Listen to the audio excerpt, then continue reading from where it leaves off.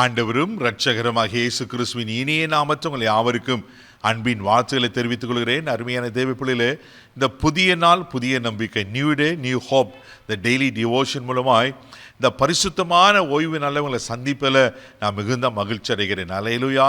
நாம் நன்கு அறிந்திருக்கிறோம், பரிசுத்தமான ஓய்வு நல்ல ஆண்டவர் ஒவ்வொரு வாரமும் அற்புதமாய் நம்மளை ஆலோசனைகளை தந்து அவர் நம்மளை சரிப்படுத்தி நம்மளை அழகாய் ஒரு பாதைகளை நடத்துகிறத நம்ம அறிந்திருக்கிறோம். ஆமென். இன்றைக்கு கூட கர்த்தர் நமக்கு கொடுக்கிற ஆலோசனை என்ன? சங்கீதலின் புஸ்தகம் 119 சங்கீதம் 165 வசனத்தை கூட நம்ம வாசிக்க கேட்போம். உம்முடைய வேதத்தை நேசிக்கிறவர்களுக்கு மிகுந்த சமாதானம் உண்டு, அவர்களுக்கு இடரல் இல்லை. தேவ பிள்ளைகளை இன்னைக்கு நிறைய பேர் இடறி போகிறத நம்ம பார்க்கிறோம். ஏன்? தெரிந்து கொள்ளப்பட்டுள்ள வஞ்சிக்கப்படுகிற கடைசி காலத்துல தான் நீங்கள நான் இருக்கிறோம். இன்னைக்கு நிறைய பேர் ஆவிக்குரிய பிள்ளைகள் என்று சொல்லப்படுகிறவங்க கூட இடறி போகிறாங்களே, எடுத்து தீர்மானத்தை விட்டு வழுவி போகிறாங்களே. ஏன் தெரியுங்களா? அங்கே வேதத்தை நேசிக்காதுதான். வேதம் ரொம்ப அழகாக சொல்லி இன்னைக்கு ஆண்டவர் கொடுக்கிற ஆலோசனை, வேதத்தை நாம் நேசிக்க வேண்டும்.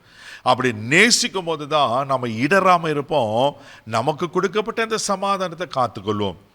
வேதத்தை நேசிக்கிறவர்களுக்கு மிகுந்த சமாதானம் உண்டா.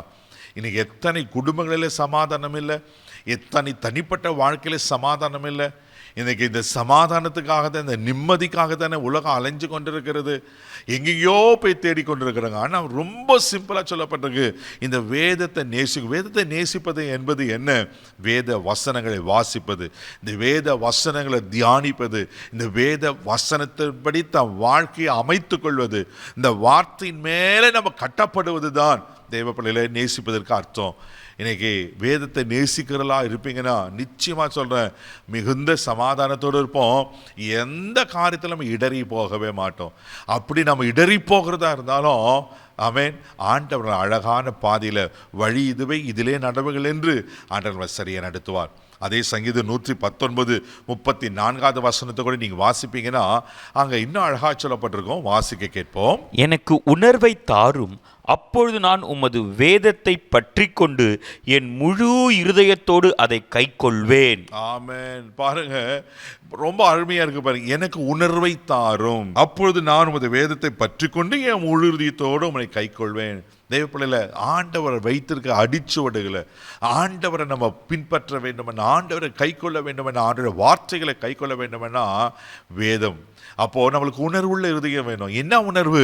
ஐயோ, நான் வேதத்தை வாசிக்கணும், அந்த வேதத்தை தியானிக்கணும், அந்த வேத வசனத்தின்படி என் வாழ்க்கையை அமைத்து கொள்ள வேண்டும் என்று.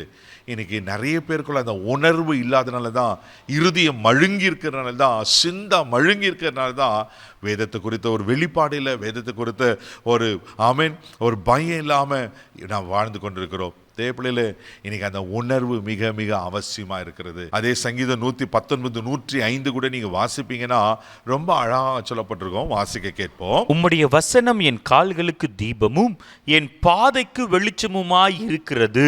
அந்த வசனம் தான் நம்மளுக்கு தீபம். அந்த தீபம் வெளிச்சம் இருந்தால் தான் அந்த பாதையை நம்ம சரியாக கடக்க முடியும். இன்னைக்கு நிறைய பேர் இருளில் இருக்காங்க, இடறி போயிருக்கிறாங்க. ஏன்? அந்த வெளிச்சம் இல்லை.